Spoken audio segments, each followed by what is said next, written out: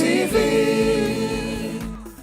There is no issue as contentious as the issue of money in today's secular world. It has caused a lot of wars, it has caused a lot of happiness. And even the Bible tells us that money can be the source of evil, if the love of money can be the source of evil if we do not channel the love properly. Today, to discuss the issue of money, we have with us in the studio Mrs. Okuchi Ehirim. Thank you very much for joining us, ma. Thank you for having me. It's a pleasure, ma. And with me today to discuss this issue with our lovely guest is Nonso. Nonso, say hi. How are you? Hello, everyone. Hello, everyone. I thought you were going to forget me. Like, how will I forget when you just you? kept and left me by the side? No, you know I can't forget you. Now, how would I forget you? It's a crime. All right, so stick with us. We'll be discussing more on this issue, and we hope to learn more from our guest when we return. Catholic Faith Forum on TV. Welcome back to the show, and today we are discussing money. Everybody loves money, so we really need to know what exactly it is so that we will not fall into its traps. So, Ma, but before we go on, we'd like you to tell us a little bit about yourself. Oh, like you said, my name is Okuchi Ehirim. I'm from the Catholic Church of the Resurrection, Magodo. I teach in the marriage class. I teach finance and budgeting to young couples who are getting married. I'm also a member of the Knights of St. John. Wow, wonderful. And I think that's enough for now. Wonderful profile, ma. Wonderful profile. Okay. We're lucky to have a big wig like you in the studio with us. All right, ma. So before we go on, I would like you to elucidate on what your role is as a budget and finance teacher in marriage courses. I teach young couples how to manage money within their relationship, so that they don't have marital conflict and they don't have money issues. You know that issues relating to money actually accounts for more than 50% of all divorces. So understanding how money is managed at the beginning of a relationship is actually very important towards the success of that relationship. Wow, interesting. Okay, so from this now then, can you explain to us what money is? What is money? Well, from the academic point of view, you can say that money is any item or any verifiable object or record that can serve as payment for goods and services. Okay. It has to be a medium of an exchange, a unit of account. It must be able to store value, and you can use it to pay debts, in arrears or deferred payment. So anything that meets with these conditions, it's money. Interesting. But is there a proper way we can use money?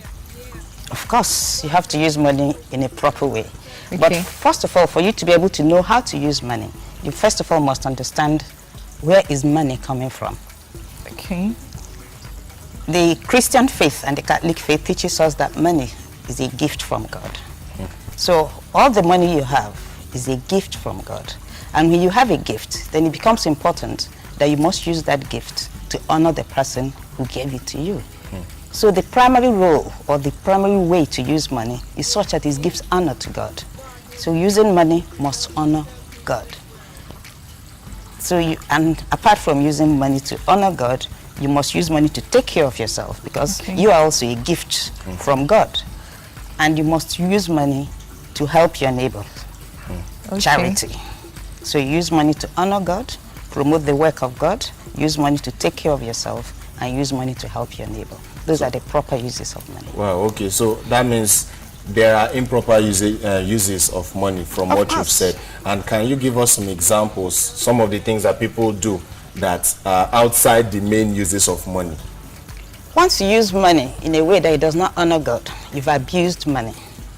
For instance, if you use money to buy drugs, hard drugs for instance, and you take it and you abuse yourself, your life becomes useless, so to say. You've abused money. If you use money to promote sexual immorality, pornography, prostitution, or all those sexual acts that does not honor God, you're abusing money. If you use money to destroy the work of God, you've also abused money.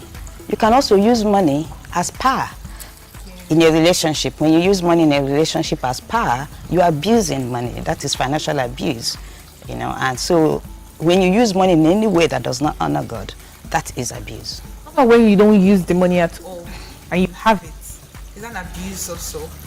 Well, when you get a gift, the person who gave you the gift expects you to use that gift for the good of yourself and the good of the society. So if you take the money and just hide it under the pillow, like, remember the Bible verse, you know? Yeah, so that is not a proper use of money. You're supposed to use money for the good of the society and to honor God.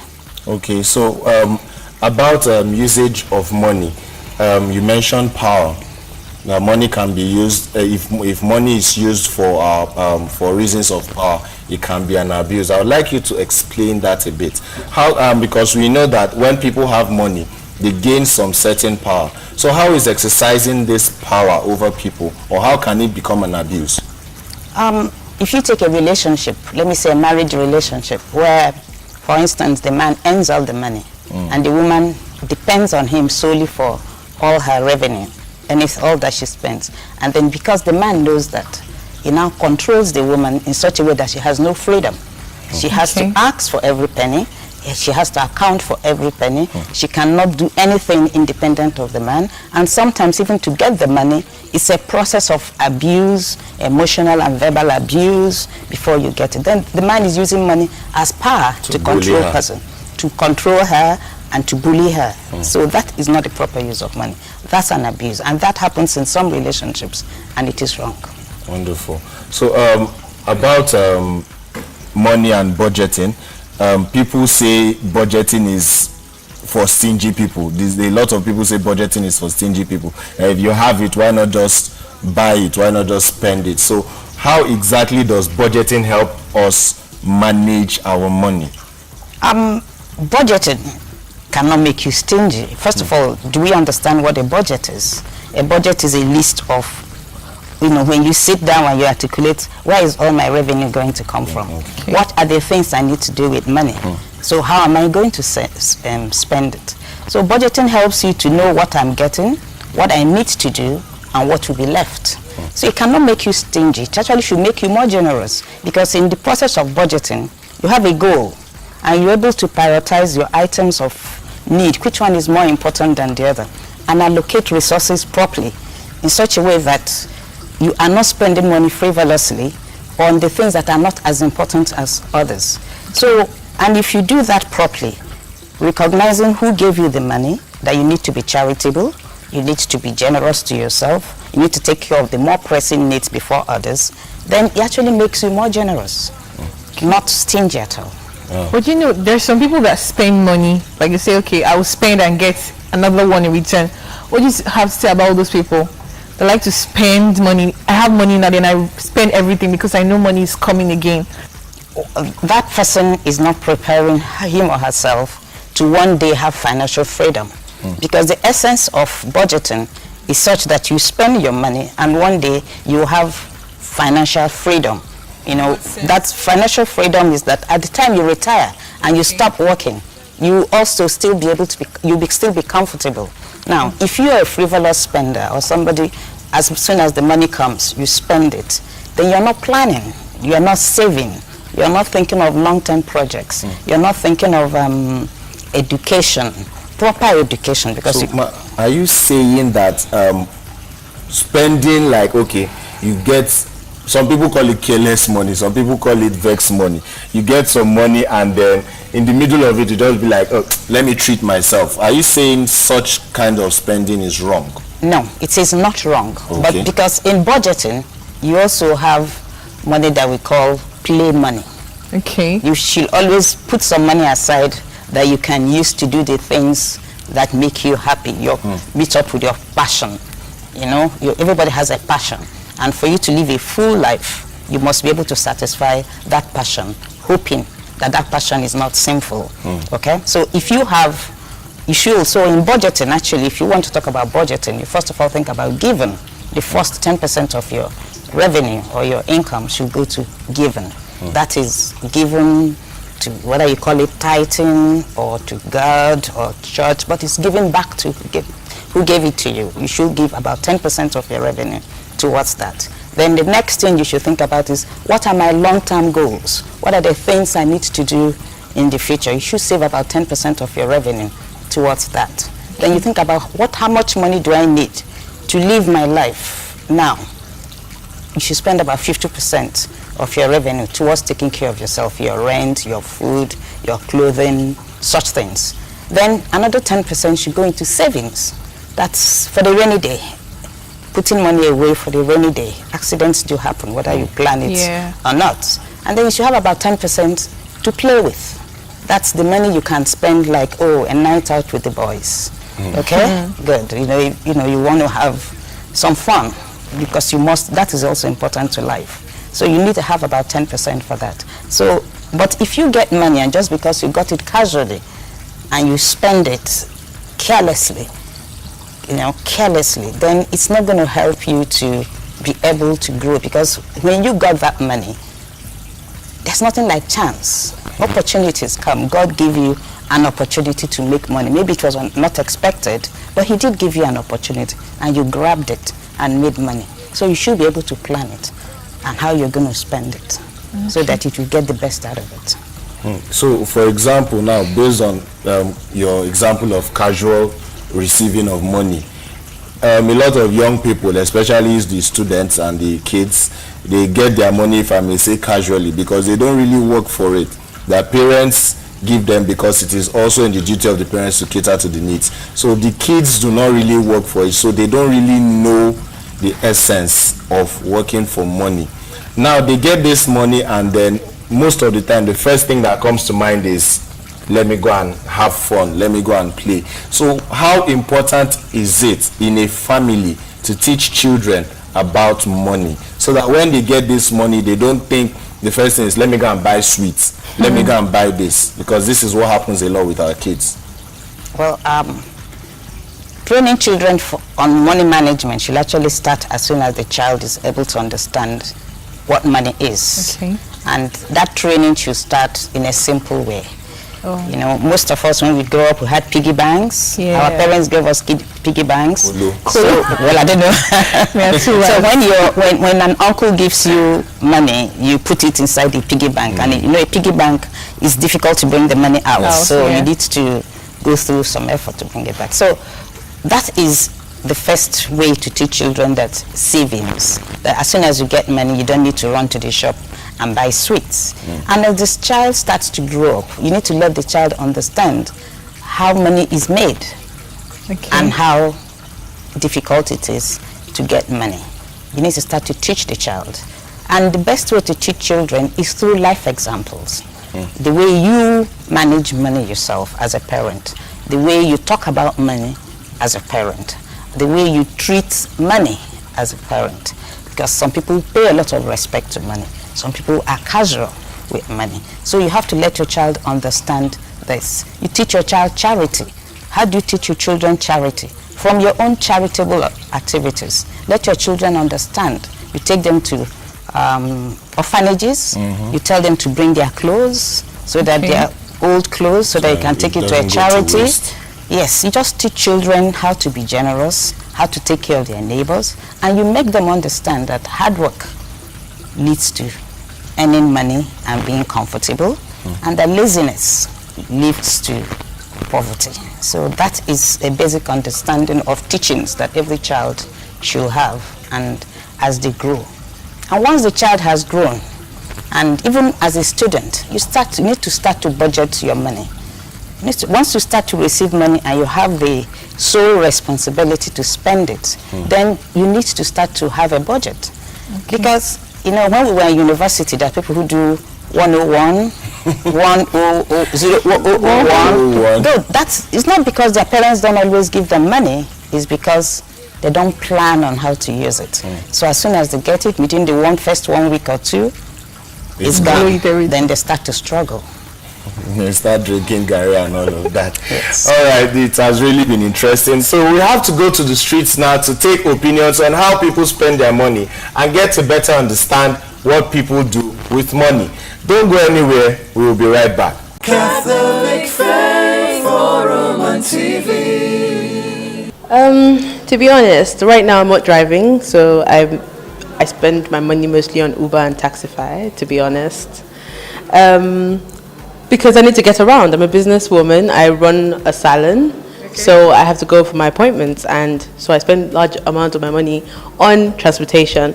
However, I'm also very shrewd on my money as well. I try not to spend unless it makes sense. When it comes to things like clothing or things that are important, I have to think about it very much, and almost draw an Excel sheet, but not exactly an Excel sheet, but I just try to make sure that I'm spending meaningfully, as opposed to just impulse. I mean, I was impulsive before when I was younger, but now I'm getting older. I have a business I'm running, so I, have to think about it properly. Catholic Faith Forum on TV. Welcome back to the show, and this is Catholic Faith Forum. Today we're still discussing money, and we've taken some wonderful opinions from the streets. But back to the topic at hand. Yes. Yeah. Earlier you spoke about play money. Is it necessary to have play money? Yes, it is absolutely very essential that everybody has some play money. Okay. Play money helps you to achieve your passion, to be able to do the things that are important to you, that make you happy, like going to the gym, if that makes you happy. And it's not if that makes you happy, then you should have that as something that you do. If going out with the boys once in a while, hanging or going to the movies, those are plays. Okay, so you should have some money to do those things, because it adds to your life balance. If you don't balance your life, you need to have your career, you need to have your faith, you also need to have some recreation. So you need to be able to have a balance to make sure that all aspects of your life it's affected positively, so that you're not feeling bored, lonely, isolated. Okay, so the play money helps you to achieve your passion, and when you do those things, you're happy and you're in a better state of mind to do the other things that are more like follow up on your career, go to church and do all those ones. Okay, you spoke about budget earlier, and you said we should make budgets. I just want to know, is it wise for me to make a budget? Probably I want to buy a car, and I save towards that, and I get the exact money for the car. Is it wise for me to use all the money to buy the car immediately, or save more and then buy the car later? I'll recommend that if you want to buy a car, maybe let's say it's 5 million naira. Okay. Then you save a little bit more than that. So that when you get the car, there may be other things you need to do with the car. Maybe you need to put, fix a few things. What if you get a bash on your way home? You don't want to from the shop. Yes, you don't want to buy a new car and then pack it. So if you want to buy a car, say 5 million, maybe you should save like 5.5 million.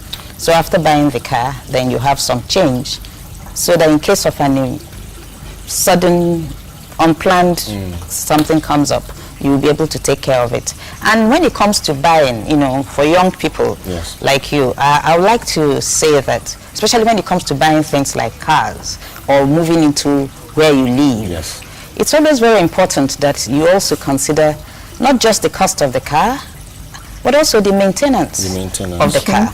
Okay, because some people go to buy a car that is outside their range. Okay, for instance, you're driving a car you can't really afford. As a young boy, maybe you wanted to buy, or a young lady, you wanted to buy a car, and from the Nigerian context, Toyota is a very good car to buy. Easy to maintain, but just because you saved some money, you see a Mercedes that you can afford. So because you had enough money, you buy it. You didn't think about the maintenance costs. Because you can just buy the Mercedes, and after a while you have a gear problem, and they will tell you need to spend like 350, and then you pack it for 6 months. So you need to make sure that you buy and spend money within your affordable means. So just don't just think about the cost, also think about maintenance. The same thing with where you live. When you want to pick up, go to a particular area, you have to consider what's the cost of living in that neighborhood. What is the cost of schools, transportation going in that area? You need to think of those things. If I have children, can I afford this school? Is this the school I would like them to go to? You have to think about all those things. So it's not just about being able to pay rent. Okay, so you need to also think about the cost of living. If you live in certain areas, cost of food is more expensive. Yeah. So if you've paid the rent, you also think about how are you going to Feed. Can you afford to use the supermarkets there? Can you afford to pay for the school fees there for your children? So those are things that young people need to consider when you think about money. Wonderful. And as well, on still the issue of young people who are, especially those who are getting ready for marriage, is it important we consider our spouse's disposition towards money when preparing for marriage? Is it an important factor? It's essential. It's not just, it's very critical that you have not just one discussion, but several discussions about money. You need to understand somebody's perspective towards money. Because our background builds us up in such a way that we have different attachments to money. Some people are free with money. Some people are, I don't want to use stingy, but they hold on to money. They're too passionate towards money. Yes, so you need to understand, and this usually comes from where they're coming from. The kind of upbringing you've had. If you came from a family where money was very tight, then you're going to hold on very, money is going to be very important. If you come up from a more freer, where money is easier to get, then you're going to have a less, you're going to be freer with money. But if you don't understand each other and where each person is coming from, and come to a middle road where, everybody's need will be met, then you're going to have conflicts about money. So it's very important that before marriage, before you even go to the church, to go and register for marriage council, and during the marriage council, I think marriage financial management is part of most parishes, teach how to manage your money in marriage. So you need to understand each other, where you're coming from, because if somebody thinks that a party for a first-year-old child is a waste of money, and another person thinks that it is normal and expected, then they're going to have a conflict deciding whether they should have a first-year party for their first child. But if they understand each other, then they can come to a middle and say, okay, maybe we'll have a room party, maybe we don't spend too much money, so those are important. Apart from that, you also be able to plan how you spend the money, because in every relationship you may find out that somebody has a better money manager. Okay, some people are better money managers than the others. And in this discussion, and as you go through courtship, you'll be able to know who has that strength of being a better money manager. And as the relationship develops into marriage, you will agree within yourself who is going to be more responsible for managing the family money. And then you have to decide on what kind of arrangements you're going to have.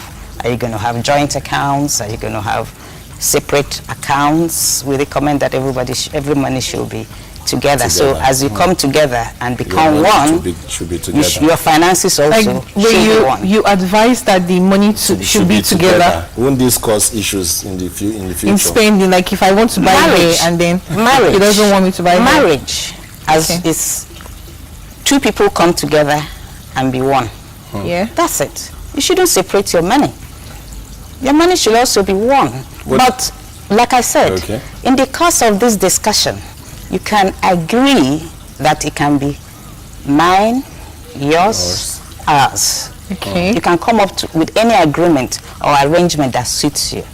It depends on two of you now. So there's no textbook standard, but the church preaches that since you are one, everything should also be one.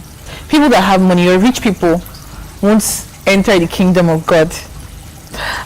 That thing has plagued my mind a lot, because I know people walk up to me and tell me that, no, if you're rich, you're not going to heaven, you're not going to see God. I'm like, God blesses us with money. I don't know what else he blesses us with, apart from wisdom, knowledge, and all that. But money is what we need to survive most times in life. I want to know, that conception, how can we correct it? Or how can I tell somebody that, okay, having money is actually not a sin, it's actually not bad?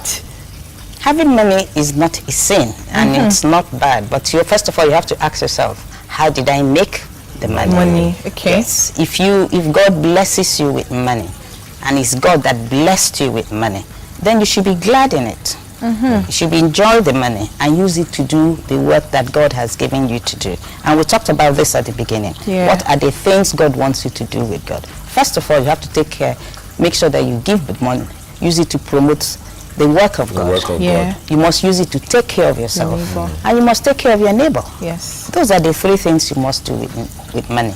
Abusing it does not promote, it does not honor God. Yes. So if God blesses you with money and you use it to honor God, then I don't see why you should not go to heaven.